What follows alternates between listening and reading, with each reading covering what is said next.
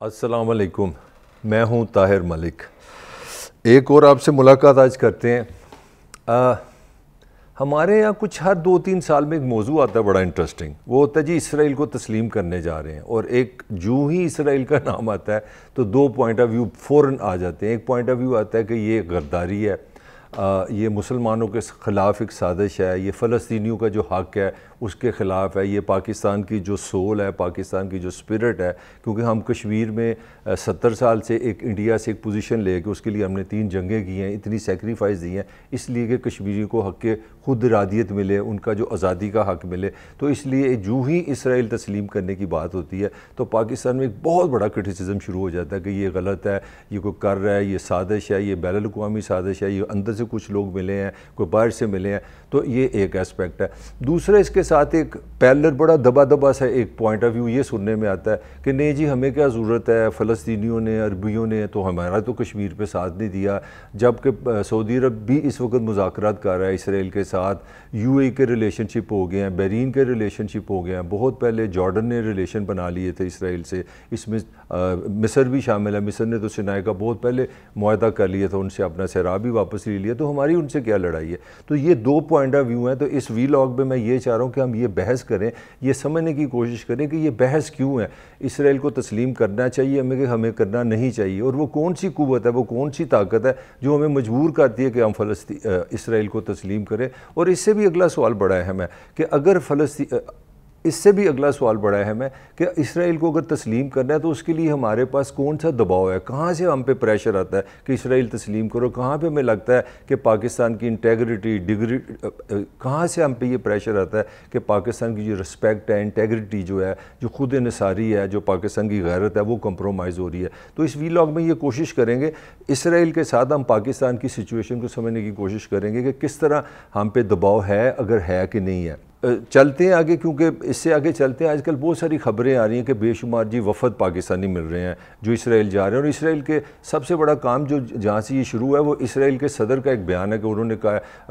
اسرائیلی صدر نے کہا جی کہ جو میں پاکستانی وفد سے ملا ہوں، مجھے بڑا اچھا ان سے انٹریکشن ہوا ہے، بڑی اچھی گفتگو ہوئی ہے اور مجھے بڑے اچھے لوگ لگے ہیں۔ اس سے یہ بحث شروع ہو گئی ہے پورے پاکستان میں، جو ہی یہ بیان ہے اس کے ساتھ ہی پاکستان کے سابق وزیر اعظم ہیں، ان کو آپ ایزی نہیں لے سکتے، عمران خان کا بڑا سخت بیان ہے کہ یہ اسرائیل کو تسلیم کرنے کی سازش ہے، اور شاید انہوں نے یہ بھی تھوڑا سا انڈیکیٹ کیا، اس میں شیریں مزاری بھی شامل ہے کہ یہ جو ایک سازش ان کے خلاف ہوئی ہے، اس سازش میں یہ بھی چیز شامل ہے کہ شاید ان کو اس لیے ہٹایا گیا کہ کہیں نہ کہیں سے یہ قوتیں کچھ چاہ رہی ہیں کہ اسرائیل کو تسلیم کر لیا جائے، اور عمران خان کو اسی لیے اس میں سے آؤٹ کیا گیا۔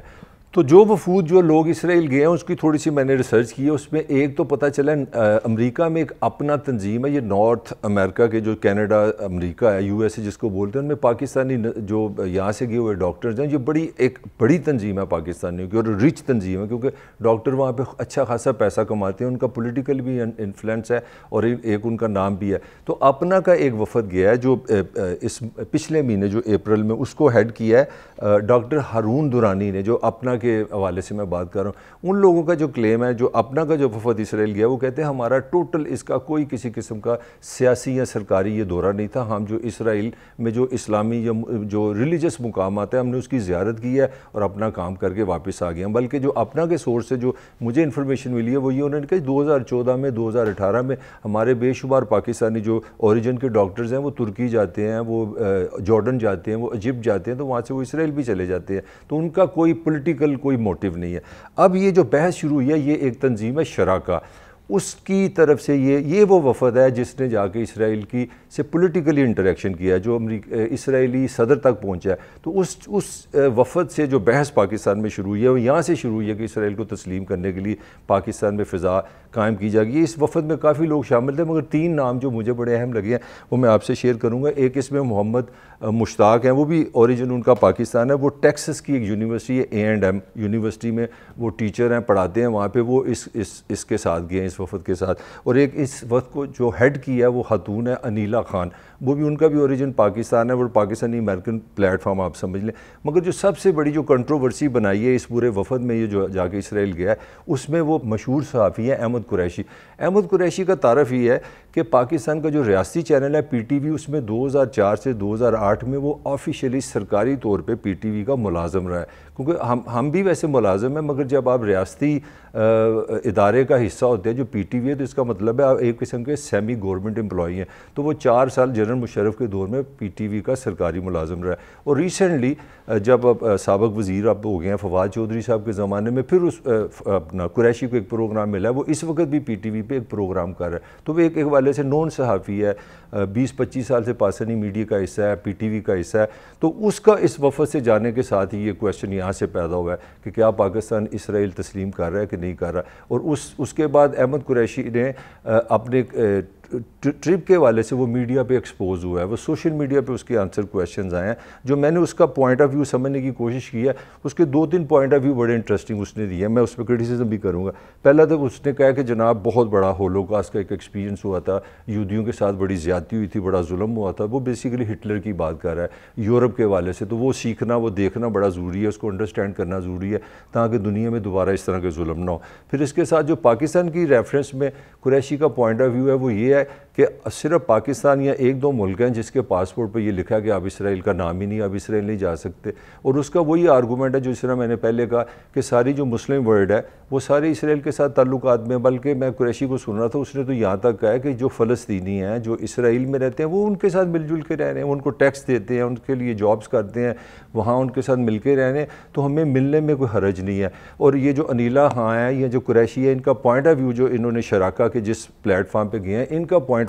آف ویو ہے جی کہ انٹر ریلیجس ہارمنی, مسلمانوں کی اور یہودیوں کی ہارمنی کے لیے ہم کام کر رہے ہیں. ہارمنی کا مطلب ہے قربت, ایک دوسرے کی انڈرسٹینڈنگ, ہم آہنگی جس کو ہم بولتے ہیں, مل جل کے ایک دوسرے کو سمجھا جائے. تو میں بھی تھوڑا سا سوچ رہا تھا کہ یہ بڑی اچھی باتیں کر رہے ہیں جی کہ ہمیں یہودیوں کو سمجھنا چاہیے, یہودیوں کو ہمیں سمجھنا چاہیے, ساری دنیا جو ہے وہ ایک طرح بڑی پرامن ہو جائے گی, اس میں پیس آ جائے گا. مگر میں یہ بھی سوچ رہا تھا, یہ بھی تو ایک کویشچن ہے نا کہ ہارمنی پیدا کس طرح ہوتی ہے. آپ کیا انصاف کو مائنس کر کے, جسٹس کو مائنس کر کے, انصاف اگر آپ نہیں کریں گے تو آپ کس طرح ہارمنی لے آ سکتے ہیں. آپ سچ کا ساتھ نہیں دیتے. اسرائیل کا یہ جو پوائنٹ آف ویو ہے کہ انہیں 2000 سال پہلے ریئل اسٹیٹ میں جس طرح ہوتا نہیں, کسی پٹواری نے لکھ کے دے دیا تھا کہ یہ زمین آپ کے نام ہے, یہ جو انتقال ہوا ہے آپ کے نام ہے, 2000 سال بعد ان کو یاد آ گیا وہ یہ تو زمین ہماری, اور چلو فلسطینی تم یہاں سے نکلو, ہم نے قبضہ کر لی. تو اتنا بڑا جب انجسٹ ہوگا تو میری تو سمجھ سے باہر ہے, تو ہارمنی کہاں سے آئے گی. ہارمنی تو بڑا سمپل سا فارمولہ ہے انسانوں کے درمیان. اگر آپ نے ہارمنی کرنی ہے, پیس کرنی ہے, تو وہ نیگوشیشن ضرور کریں, مگر وہ انصاف کی بنیاد پہ ہوگا. کوئی دنیا کا کوئی اخلاق بتا دے, ریلیجس, سیکولر, سوشلسٹ, کوئی کسی بھی والے سے مجھے کوئی یہ آرگومنٹ دے کہ آپ کسی کے گھر پہ قبضہ کر لیں, اور آرگومنٹ کس کلاس کا کریں. کتنا مزیدار آرگومنٹ ہے کہ 2000 سال پہلے یہ زمین ہمیں الاٹ ہو گئی تھی. وہ کمال کا آرگومنٹ ہے کہ 2000 سال پہلے یہ زمین میرے پاس, یہ دیکھے کاغذ نکلے, میں نے دکھا دیا آپ کو, یہ دیکھیں اس پہ لکھا ہوا ہے, میرا نام نکلا, چلو تو یہ تو نکل دے رہو, ہم قبضہ کرنے لگے ہیں. اور ساتھ ہم نے یہ بھی کہہ دیا پوری دنیا سے جہاں پہ بھی یہودی ہے وہ سٹیزن آف اسرائیل ہوگا. بھئی اگر آپ, سیدھی سی بات ہے, اگر آپ کسی کے ساتھ اتنی بڑی بیسک جو انسانی حقوق ہے, جو ہمارا کشمیر پہ بھی پاکستانی کا پوائنٹ آف ویو ہے وہ بھی یہی ہے کہ آپ کسی کا گھر نہیں چھین سکتے. تو میرا نقطہ نظر ہے, میں تو آئی ول ناٹ بائی قریشیز آرگومنٹ کہ جی ہم پیس کے لیے گئے, ہم ہارمونی کے لیے گئے. وہ بڑی اچھی بات ہے. یہاں ساتھ یہ بات کرو کہ ویسے ہی اس نے کی ہے یہ بات, میں نے اس کو سنا ہے, اس نے کہا کہ یہ فنڈامنٹلی وہی آرگومنٹ ہے کہ جب تک آپ فلسطینیوں کا حق خود ارادیت قبول نہیں کرتے, ان کو ریاست نہیں دیتے, تو یہ کوئی بات نہیں ہو سکی. مگر میرا وہی آرگومنٹ ہے کہ پہلے آپ کا ایک انصاف ہے. یہی ہماری 70-75 سال سے پاکستان کی پوزیشن انڈیا پہ بھی ہے کہ ہمارا مسئلہ کشمیری نہیں ہے یا کشمیر کا علاقہ نہیں, کہ انسانی مسئلہ ہے. اور انسانی مسئلہ یہ ہے میری رائے میں, میرا حال ہر کامن سینس والا بندہ میرے سے اگری کرے گا کہ ہر انسان کا جو گھر کا حق ہے, وہ جو پیدائشی حق ہے, جو جہاں پیدا ہو گیا, یہ کائنات, یہ جو پلانٹ ہے, یہ قدرت نے ہر ایک کو, یہ ماں نے جہاں آپ کو پیدا کی, اس کا حق ہے, یہ اس کی سٹیزن شپ ہے. تو یہ کس کو میں کس طرح اس کو تسلیم کر لوں کہ جناب ایک پراپرٹی ڈیلر نے آ کے مجھے بتایا بتایا کہ میں نے کاغذ پرانے دیکھے ہیں، اس میں 2000 سال پہلے جو اسٹامپ لکھا گیا تھا اس میں تو میرا نام تھا، چلو مسلمانوں یہاں سے نکلو، فلسطینیوں نکلو۔ تو میرا آرگومنٹ یہ ہے اگر آپ نے واقعی پیس لانا ہے تو پیس کا راستہ ہمیشہ انصاف سے آتا ہے، اور انصاف اگر کشمیر کے حوالے سے ہو یا اسرائیل کے حوالے سے ہو تو میرا ایک بڑا سمپل سا آرگومنٹ ہے، جب تک آپ کسی کے گھر کا حق اس کو تسلیم کریں گے تو ڈیفینیٹلی پیس آ جائے گا، اور اگر آپ کسی کے گھر کا حق اس سے چھین لیں گے، اس پہ جبر، ظلم، بندوق کے ساتھ، گولی کے ساتھ اس کا گھر کے اوپر قبضہ کر کے بیٹھے رہیں گے تو پیس نہیں آئے گا۔ آپ انگلش بول لیں، آپ اردو بول لیں، آپ گانے گا لیں، آپ جتنے مرضی رومانٹک ہو جائیں۔ تو یہ تو میرا آرگومنٹ ہے، میں نے ان سب کو سنا ہے، میں نے یہ مشتاق کو بھی سنا ہے، نیلا خان کو بھی سنا ہے، اس پہ پورا میں نے خاصا ان کی پوائنٹ آف ویو سمجھنے کی کوشش کی ہے، مگر میرا آرگومنٹ، مجھے ان کا کوئی آرگومنٹ نہیں بھایا، کیونکہ میں اسی پہ کھڑا ہوں کہ انصاف ہی پیس کی طرف جاتا ہے، ہارمونی انصاف سے آتی ہے۔ تو انصاف یہی ہے کہ پہلے کوئی مسئلے کا حل کریں، اس پہ نیگوشیشن کریں، اگر حل ہوتا ہے تو پھر ٹھیک ہے، دیٹ از فائن۔ اب آتے ہیں پاکستان پہ، جو لاسٹ میرا part of the vlog ہے کہ پاکستان پہ یہ کیوں ہر وقت بحث ہوتی رہتی ہے، اور 2-3 سال بعد اسرائیل کو تسلیم کر لو، یہ اسرائیل کے تسلیم کرنے کی سازش ہو رہی ہے۔ تو میں سمجھتا ہوں کہ اگر یہ بھی ایک بڑا بیسک ہیومن پرنسپل ہے، آپ کے فیصلے جو ہیں وہ انسان ہو، وہ معاشرہ ہو، وہ ریاست ہو، وہ گھرانہ ہو، فیصلے کے لیے آپ کا فائنینشلی انڈیپینڈنٹ ہونا ضروری ہے۔ جو اسٹیٹ، جو معاشرہ، جو فرد، جو گھر فائنینشلی ویک ہوگا تو اس پہ پریشر آئے گا، وہ انٹرنیشنل پریشر بھی آئے گا۔ اب آج ہی میں شبر زیدی کو سننا تھا، وہاں سے میں نے اس کو اسرائیل سے کنیکٹ کیا۔ شبر زیدی کا کوئی تعلق نہیں ہے اسرائیل سے، وہ پاکستان کے جو FBR ہے، جو سارا ٹیکس کٹا کرتا ہے، وہ عمران خان کے ساتھ کام کیا اس نے، اور اس کا وہ چیئرمین تھا۔ اس نے کیٹاگوریکلی یہ بات کی ہے کہ آپ یہ لکھ لیں میری بات، پاکستان صرف ادھار پہ چلتا ہے، اس میں عمران خان آ جائے، اس میں نواز شریف آ جائے، اس میں زرداری آ جائے، یہ سب نے اس طرح قرضے لینے تھے جو لیے ہیں، اسی طرح پیٹرول مہنگا ہونا تھا، یہ سچ ہے، اس کا کوئی تعلق نہیں کون سی پولیٹیکل پارٹی ہے۔ کیونکہ ہم اس ریاست کو 70 سال سے اس طرح چلا رہے ہیں کہ یہ فائنینشلی وائبل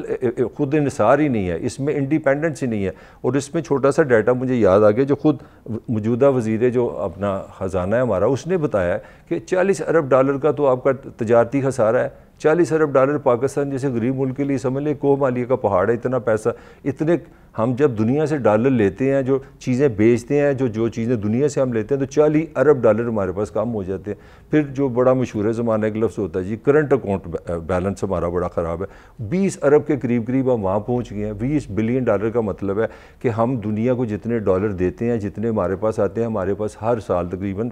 $20 ارب کم ہو جاتے ہیں۔ اسی لیے ہر روز یہاں پہ ڈالر مہنگا ہوتا ہے۔ جب ڈالر مہنگا ہوتا ہے تو پھر مہنگائی بھی آپ دیکھتے ہیں، وہ بھی آپ کے سامنے ہے۔ آپ کا جو اپنا تجارتی سارے کی ہم نے بات کر لی، جو بجٹ کا خسارہ ہے وہ بھی تقریباً 8000 ارب کے قریب ہے۔ تو جب کوئی بھی اگر پاکستان ایک فرد ہے تو میں سمجھتا ہوں جو فرد اس طرح کے تجارتی خسارے، اس طرح کے بجٹ کے خسارے، اس طرح کے